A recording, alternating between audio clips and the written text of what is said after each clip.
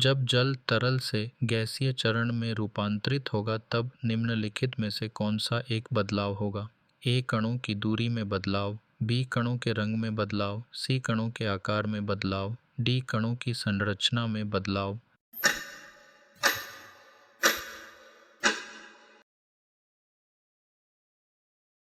अनीता परखनली में sodium hydroxide का ताज़ा विलयन तैयार करती है।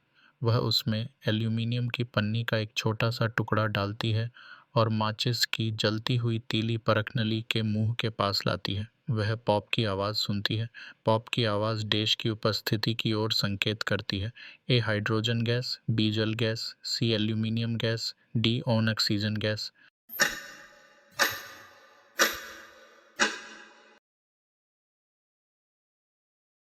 सल्फर, एल्यूमीनियम और लौह के गलनांक क्रमशः 102 666 तथा फंडा 135 हैं।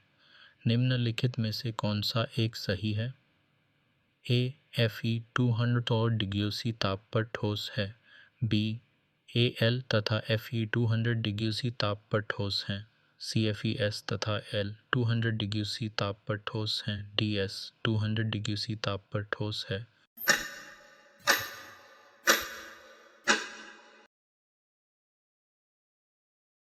कोई छात्र मैग्नीशियम रिबन का वायु में दहन करता है और बची हुई राख को आसुत जल में घोलकर विलयन बनाता है।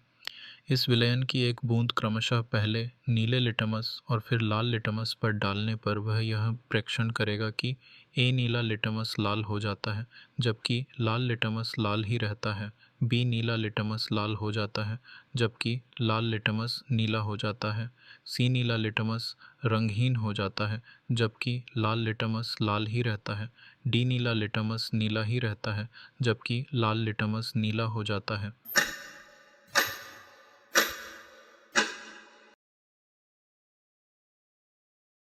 सल्फर का गलनांक 113 डिग्री सेल्सियस है एवं इसका क्वथनांक 445 डिग्री सेल्सियस है।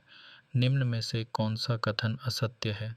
ए 90 डिग्री सेल्सियस पर सल्फर ठोस है, बी 400 डिग्री सेल्सियस पर सल्फर द्रव है, सी 450 डिग्री सेल्सियस सल्फर द्रव है, डी 20 डिग्री सेल्सियस सल्फर ठोस है।